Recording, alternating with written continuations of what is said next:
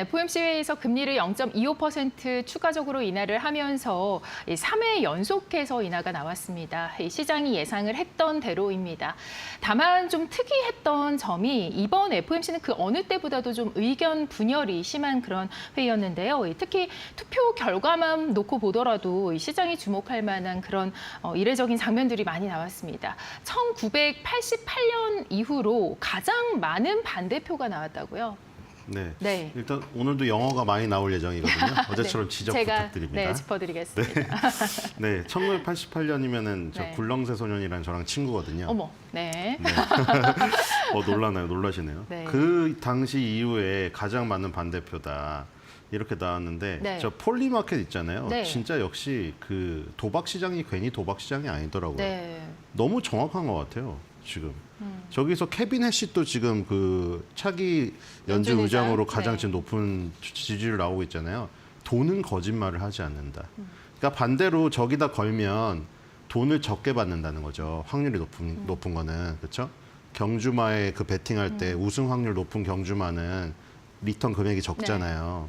그거랑 똑같거든요. 지금 여기서도 3명 이상의 반대표가 나올 것을 무려 49%의 그 점유율로 예상을 했거든요. 맞췄죠. 네. 그대로네요. 그렇죠. 이게 지금 그 4명 이상 그 반대표 나올 것도 22%가 있었거든요. 그러니까 그리고 2명 이상 반대표가 25%였어요. 그러니까 최소 2명에서 최대 4명까지 반대표가 나올 것을 예상했습니다. 네. 폴리마켓에서 또 맞췄죠. 네. 지금 보면은 이제 반대표 3표 나왔잖아요. 근데 반대표의 성격이 다르잖아요. 그렇죠? 그리고 이제 금리 인하는 피할 수 없다고 제가 말씀드렸잖아요. 그때 계속 이거 인터뷰 이런 것들이 지금 이거 보여드리는 사이트에 모든 인터뷰가 종합돼서 네. 비둘기파 매파가 분류돼서 올라오기 때문에 그때 뭐 매일 무슨 오늘은 이 뉴스를 보니까 금리 인하를 할 것 같아요. 내일은 또 금리 인상을 할 것 같아요. 계속 그런데 제가 분명히 말씀드렸잖아요. 그 인터뷰하는 사람들이 투표권이 없는 사람들이라니까요. 왜 투표권이 없는 사람들 얘기를 계속 지금도 나왔는데 투표권이 없는 사람들이 만약 투표권이 있었다면은 지금 금리 동결 의견이 더 많이 나왔을 수도 있어요. 근데 그 사람들은 투표권이 없는 사람들이라니까요. 그래서 금리 인하는 피할 수가 없어요. 그래서 그거는 금리 인하를 피할 수가 없었고요. 스티브 미란이 이제 반대표를 던졌는데 이게 반대표라고 하기에는 그렇죠? 네. 금리 인하에는 찬성을 한 그쵸. 거죠. 방향엔 찬성을 했는데 속도에 대해서 반대를 한 거죠, 이분은. 그래서 이제 내 투표가 한 개 투표라면 25 베이시스 포인트 이하에는 절대 투표할 것이며 이에 대해서는 의문의 여지가 없습니다. 11월 21일에 한 발언이 올라와 있습니다. 그리고 이제 이 보라색으로 표시되어서 맨 왼쪽에 있는 거에 이게 가장 비둘기파 네. 쪽이에요. 네, 그래서 네. 스티브 미란 지사는 완전 비둘기파고 그쵸, 비컷이니까. 25 네. 베이시스 포인트를 넘어서 50 베이시스 포인트를 외치고 있으신 분이죠. 네. 그래서 방향은 똑같은데 속도에서 반대표를 던지신 분이고요. 저번에도 그렇게 반대표를 던졌습니다. 그렇죠? 네. 자, 그다음에 이제 초록색으로 표시된 이 매파에 해당되는 분, 제프리 슈미드 캔자스시티 연준 총재, 우리 잭슨홀 미팅 주재하시는 거기에 연방준비은행 총재죠.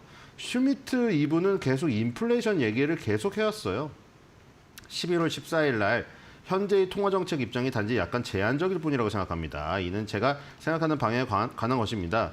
뭐 앞뒤가 없어서 무슨 말인지 모르겠는데 네. 이분은 이제 인플레이션에 대한 얘기를 많이 했기 때문에 인플레이션의 우려 때문에 이 금리 인하는 못하겠다 이런 얘기를 많이 했습니다. 그래서 이번에 금리 동결 의견을 냈기 때문에 반대표고 그래서 자 그다음에 이제 주목할 만한 분은 굴습인데 원래 굴습이 이꼬르 비둘기파거든요. 네. 이분이 원래 보라색에 있었어요. 초록색으로 많이 왔죠. 많이 왔네요. 네. 그래서 굴수비가 이제 비둘기에서 중도로 갔다가 매파로 지금 전향하고 있으신 분입니다. 최근 몇 년 동안 네. 9월부터 본격적으로 전면적으로 금리 인하에 대해서 경고를 하면서 맞습니다. 비둘기파에서 이거 비둘기파로 분류가 안 되겠는데 하면서 이 사이트에서도 옮겨졌어요. 그리고 11월 20일 날 중기적으로 매파적이진 않은데 그러니까 지금 뭐 아직 비둘기파에 어떤 미련이 있는 것 같은데 어쨌든 분류상으로는 매파로 할 수밖에 없는 발언들이 계속 나왔습니다. 그래서 이분도 금리 동결을 던졌습니다. 그래서 이제 반대표가 3표인데 정확히 말을 하면은 2표는 아예 방향에 대해서 반대를 해버렸고요. 그렇죠? 굴스비 시카고 연준 총재랑 그리고 제프리 슈미드 캔자스시티 연준 총재분은 아예 방향에 대한 반대를 던져서 금리 동결을 했고요. 얘기를 했고요. 그다음에 스티브 미이란 이사 같은 경우에는 속도에 반대를 해서 반대표 3표가 나왔습니다. 근데 아까 지금 저희가 말씀드린 1988년 이후에 이 3명이 처음이라는 거, 그렇죠? 네. 1988년도 이후에 처음이고 그 이전에는 사실 반대표가 2명 이상 나온 게 굉장히 많은 시절이었어요. 1940년대부터 그러네요. 2000년대 네. 들어서기 전까지. 근데 이제 새천년이라고 하죠. 네. 새천년 들어서고 나서는 그런 역사가 별로 없었는데 최근에 갑자기 많아지고 있다. 제가 말씀드렸죠. 이게 오랫동안이니까 한 3, 40년 동안 지금 3, 40년 아니죠. 한 20년 동안은 이 지금 만장일치의 어떤 전통이 지금 굳어져 가고 있는데 트럼프 행정부가 들어선 다음에 완전히 과거로 회귀하는 트럼프가 이런 걸 원하나 봐요.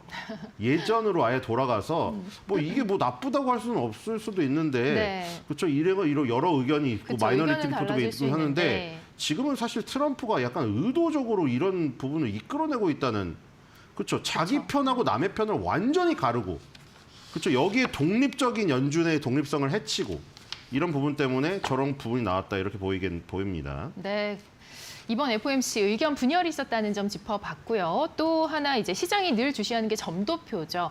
위원들의 향후 중장기 시그널을 읽을 수 있기 때문에 점도표를 주목을 하는데 이 점도표에서 보이는 향후 금리 전망은 어떻게 나오고 있나요? 네, 그러니까 점도표는 매분기 나오는 게 아니고요. 맨날 나오는 게 아니라 8번 정례 회의 있잖아요. 그 중에 이제 369, 369, 369, 12. 네. 이 분기의 마지막 달에 나오죠. 네. 거기에 이제 뭐가 나오냐면 경제 전망, 향후 경제 전망이랑 점도표가 나와요. 분기 그 1, 2, 3, 4 분기에만. 네. 나머지들은 그냥 요약본만 올라와 있어요. 그때는 안 나오니까. 그래서 그때만 참조하시면 되고 12월 달이니까 나온 거죠.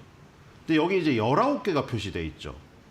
그러니까 19개의 의견을 넣으면은 여기 금리 동결 의견 매파가 더 많아요. 근데 투표권이 12개 있는 거죠. 쉽게 말해서 이사는 7명이에요. 예. 이사 7명은 영구 투표권자죠. 영구히 투표권이 있어요. 그다음에 연방준비은행이 12개가 있습니다. 예. 12개. 12개 중에 뉴욕 연방준비은행 총재 분만 영구 투표권자가 있어요. 그래서 8표가 나왔죠.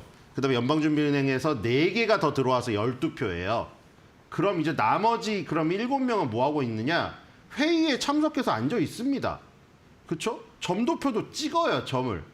그런데 여기서 문제는 12개만 이제 표가 있다는 거죠. 그리고 19개의 이 점도표에는 누가 누군지 안 나옵니다. 익명이에요, 익명. 근데 익명인데 저기 딱 보면은 밑에 하나가 있는데 누가 봐도 저 이름표 안 붙어 있는데 미이란 이사라는 걸 알 수가 있겠죠. 네. 누가 봐도 알 수가 있겠고요. 그렇죠. 자, 그래서 점도표가 보니까 3.5에서 4. 그러니까 9월 달에 한 거랑 12월 달에. 비교하는 9월 달에 거죠, 나왔다고 지금. 했죠. 네, 왼쪽이 10월 달에는 안 9월. 나왔어요. 369, 12만 나온다고 했잖아요. 9월 달에 예상한 2026년도 이 금리 표입니다. 금리 예상표인데 맨 위에는 8개에서 7개가 되어 있죠. 3.5 이상에. 그다음에 3.5 밑에 2개가 4개로 늘었어요. 그렇죠? 이런 걸 보면 어떻게 볼 수가 있나요? 그 밑에는 어떤가요? 보시면은 그러니까 9월 달에는 어떻게 돼 있어요? 네, 8. 예, 위에서부터 8, 2, 4, 3, 2죠. 이번에는 7, 4, 4, 2, 1. 제일 많이 바뀐 게 뭐예요? 저기 1컷이라고 쳐져 있는 저 부분이 바뀐 거죠. 그렇죠? 한 번 내리는 거. 한 번 내리는 게 2명에서 4명으로 늘었어요. 이 부분이 가장 많이 바뀐 겁니다. 좋습니다. 이 부분이 포인트예요. 네. FOMC 직후에 이제 향후 뭐 금융 시장이 항상 뭐 출렁이는 모습을 보이는데요. 이번에도 S&P 500의 변동성이 얼마나 나타났는지가 좀 초점이죠. 일단 FOMC 이후에 S&P 500의 변동성 어땠나요? 일단 2025년도 들어서는 변동성이 없었습니다. 자, 이 보시면 2023년도부터 2024년도, 2025년도 거쳐오는데 2023년도, 2024년도에는 FOMC 이후에 예상된 변동폭보다 변동폭이 컸습니다. 지금 하늘색으로 나오는 게 예상치고 파란색, 진한 파란색이 진짜로 움직인 변동폭이거든요. 2023에서 2024 지나올 때는 변동폭이 예상치보다 훨씬 컸죠, 실제치가. 근데 2025년도 들어서 보세요. 특히 후반기 때 대부분 예상했던 것보다 변동폭이 현저히 적었습니다. 오늘도 예상했던 폭이 별로 크지도 않았어요. 그러니까 지금 예상했던 폭보다 안 나오고 있다는 거예요. 그러니까 언론에서 맨날 뭐 호들갑은 많이 떴는데 무슨 뭐 FOMC 때문에 결과가 어쩌고, 실제로는 지금 FOMC 이후에 S&P 500의 변동폭이 예상치보다 반응이 없어요, 지금. 그러니까 지금 여러분들은 어떻게 해석을 하셔야겠죠, 이게? 우리가 언론에서 막 주로 다루고 막 트럼프가 표대결로 가르고 뭐 1988년 이후에 반대표가 제일 많이 나오고 이럼에도 불구하고 지금 FRB의 FOMC 회의 결과가 S&P 500 지수에 미치는 영향이 굉장히 현저히 낮아져 있다는 거죠. 지금 다른 부분, 다른 요소가 지금 S&P 500에 영향을 많이 미치고 있다는 것을 의미하고 있습니다. 좋습니다. 자, 어쨌든 금융시장에도 영향이 있고요.